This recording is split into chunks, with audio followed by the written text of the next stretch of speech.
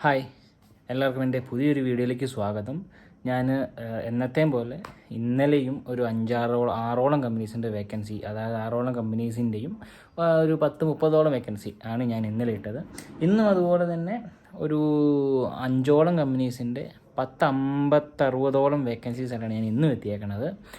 അതിൽ പല type companies ഉണ്ട്. ട്രേഡിംഗ് ഉണ്ട്, ഹോസ്പിറ്റാലിറ്റി, ട്രേഡിംഗ് ലിമിറ്റഡ് ഉണ്ട്, ഹോസ്പിറ്റാലിറ്റി കമ്പനി ഉണ്ട്, ഹോസ്പിറ്റൽസ് ഉണ്ട്, അതുപോലെ തന്നെ സെയിൽസിലേക്ക് കുറേ വേക്കൻസീസ് ഉണ്ട്.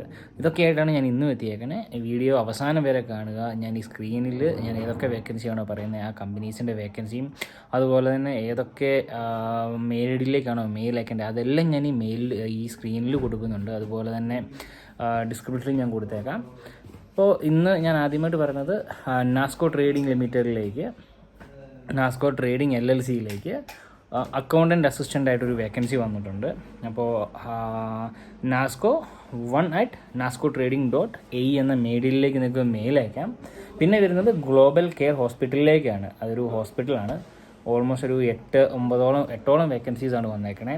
സ്പെഷ്യലിസ്റ്റ് എൻഡോക്രിനോളജി, പിന്നെ അത് ENT specialist, general surgeon, consultant urology, consultant OBS പിന്നെ അത് വരുന്നുണ്ട്. പിന്നെ അല്ലെങ്കിൽ സൈക്കാട്രിക് ഡോക്ടർ വരുന്നുണ്ട്, OR ചേഞ്ചിങ് നേഴ്സ് വരുന്നുണ്ട്.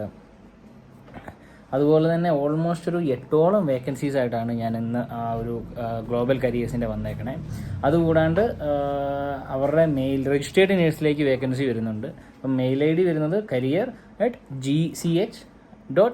എന്ന മെയിലിലേക്ക് നിങ്ങൾക്ക് മെയിൽ അയക്കാം. പിന്നെ വരുന്നതാണ് ഒമാനി ഹോസ്പിറ്റൽസിലേക്ക്, ഇൻ്റർനാഷണൽ ഹോസ്പിറ്റലാണ്. അതിലേക്ക് ഓൾമോസ്റ്റ് ഒരു 5ഓളം വേക്കൻസീസ് വരുന്നുണ്ട്. Post cardiac surgeon, CCU nurse, ICU nurse, PICU nurse, midwife അല്ലെങ്കിൽ OT നേഴ്സ്, ഇങ്ങനെ ഓൾമോസ്റ്റ് ഒരു 5ഓളം വേക്കൻസീസാണ് ഈ ഒമാനി ഇൻ്റർനാഷണൽ സ്കൂളിലേക്ക്, ഇൻ്റർനാഷണൽ